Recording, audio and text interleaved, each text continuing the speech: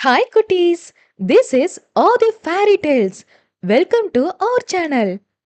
காட்டுல வாழ்ற எல்லா மிருகங்களும் ராத்திரி முழுசும் நல்லா தூங்கிட்டு பகல் முழுசும் உணவு சேகரிச்சும் சந்தோஷமா இருந்து வாழ்க்கைய நடத்துச்சுங்களா. ஆனா ஆந்த மாதிரி சில பறவைகளும் விலங்குகளும் மட்டும் காலையில தூங்கி ராத்திரியில முழுசும் உணவு சேகரிச்சு தங்களுடைய வாழ்க்கைய நடத்துச்சுங்க. அதனாலேயே ஆந்தைக்கு இரவு வாழ்க்கை ரொம்ப பிடிச்சமா இருந்துச்சு. இரவுல தூங்குற மத்த மிருகங்களை கிண்டல் செய்ய ஆரம்பிச்சுச்சு ஆந்த. இது காலப்போக்கில எல்லா மிருகங்களுக்கும் ஒரு அச்சத்தையே உண்டுச்சு. ஒவ்வொரு மிருகத்துக்கிட்டையும் தனித்தனியா போய் ராத்திரியோட இனிமைய சொல்லி பகல்ல தூங்கிட்டு ராத்திரியில என் கூட முழிச்சிருங்க அப்படின்னு எல்லாருடைய மூளையையும் குழப்பிச்சு ஆந்த. ஒரு நாள் சிங்கமும் யானையும் குதிரையும் ஒரு வயலுக்கு பக்கத்துல நின்னு பேசிக்கிட்டு இருந்தாங்க. அப்ப அங்க வந்த ஆந்த ராத்திரியோட இனிமைய ரசிக்காம இப்படி பகல்ல பூரா முழிச்சிருந்துட்டு ராத்திரி என்னதான் செய்ய போறீங்க அப்படின்னு கேட்டுச்சு. அதுக்கு சிங்கம், உன்னோட பழக்கம் வேற, எங்களோட பழக்கம் வேற.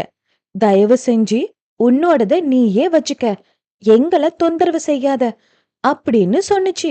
இது கேட்காம தொடர்ந்து ராத்திரியில நிலாவை பார்க்கலாம், விண்மீன்களை பார்க்கலாம், குளிரான சூழ்நிலைய அனுபவிக்கலாம், காலையில கதகதப்பா வெயிலுல தூங்கலாம் அப்படின்னு சொல்லி எல்லாரையும் குழப்பிச்சு. அப்பதான் எல்லா மிருகங்களுக்கும் நம்மளும் கொஞ்ச நாள் ஆந்த மாதிரி ராத்திரியில முழிச்சிருந்து பகல்ல தூங்கி பார்க்கலாமா அப்படின்னு யோசனை வந்துச்சு. அதனால ஒரு 3 நாள் மட்டும் நம்ம பகல்ல தூங்கிட்டு ராத்திரியில முழிச்சு இருக்கலாம்னு முடிவு செஞ்சு அதே மாதிரி செய்ய ஆரம்பிச்சாங்க.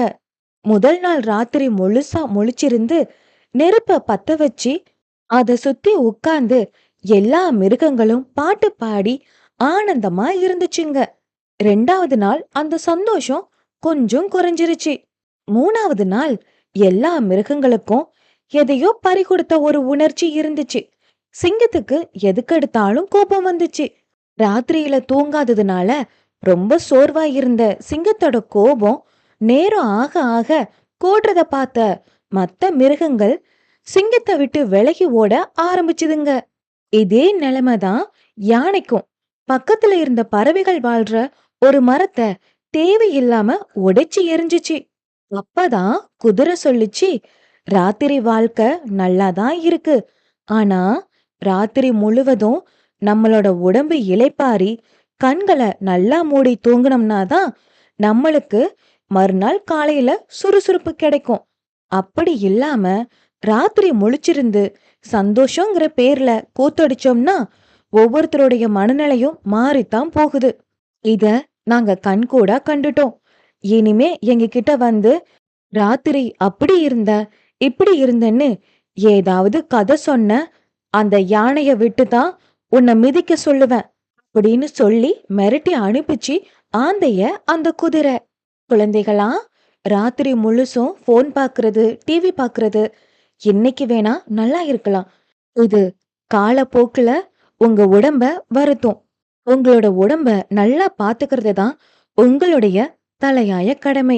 அப்படி இருந்தாதான் உங்க மனசும் நல்லா இருக்கும். இத பின்பற்றினீங்கன்னா நாட்டுல இருக்கிற மேதாவிகளோட பட்டியல்ல நீங்களும் இடம் பெறுவீங்க.